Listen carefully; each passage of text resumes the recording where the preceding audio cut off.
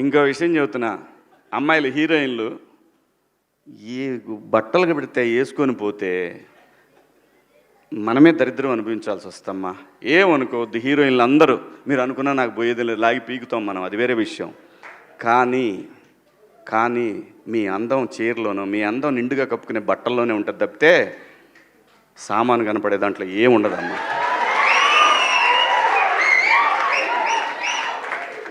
అవి వేసుకున్నంత మాత్రాన చాలామంది చూసినప్పుడు నవ్వుతూ అంటారు, కానీ దేద్రమ్ముండ ఎలాంటి బట్టలు ఎందుకు వేసుకుని కాస్త మంచి వేసుకోవచ్చుగా, బాగుంటావు కదా అనాలనిపిస్తుంది లోపల. అనలేము. అంటే మళ్ళీ స్త్రీ స్వాతంత్రం లేదా స్వేచ్ఛ లేదు.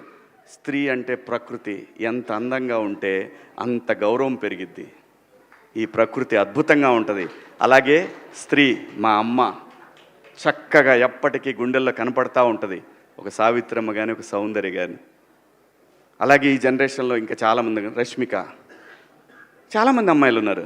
వీళ్ళందరూ ఇంపాక్ట్ క్రియేట్ చేశారు కాబట్టి అమ్మటే చెప్పగలుగుతున్నాం. గ్లామర్ అనేది ఒక దశ వరకే ఉండాలా, ఇంతవరకు ఉంటే పర్లా, అది ఇక్కడికి రాకూడదు. నేనేవాళ్ళే కానీ చెప్పడానికి మళ్ళీ అందరు రేపు పొద్దున పెద్ద పెద్ద వాళ్ళంతా బయలుదేరతారు, మాకు స్త్రీ స్వేచ్ఛ లేదు. స్వేచ్ఛ అనేది అదృష్టం. ఆ స్వేచ్ఛని కోల్పోవద్దు. మన గౌరవం ఎప్పుడు పెరుగుద్దంటే మన వేష భాషల నుంచే మన గౌరవం పెరిగిద్ది. అందులో ప్రపంచ వేదికల మీదైనా సరే చీర కట్టుకున్న వాళ్ళకే విశ్వసుందర కిరీటాలు వచ్చినాయి. Thank you so much. అంటే ఇట్స్ ఫ్యాషన్, ఎవరికి ఏది నచ్చితే అది వేసుకోవాలి. ఆయన దృష్టిలో ఆయనకి ఇన్సెక్యూరిటీ ఉన్నట్టుంది, ఆయన ఎలా కనిపిస్తాడు, అందుకే అలాంటి రెస్ట్రిక్షన్స్ అంతా ఉన్నట్టున్నాయి. ఎవరి ఇష్టం వాళ్ళది.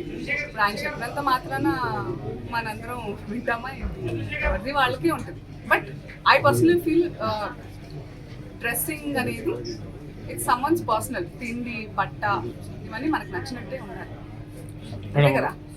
మన కంఫర్ట్, మన ఇష్టం.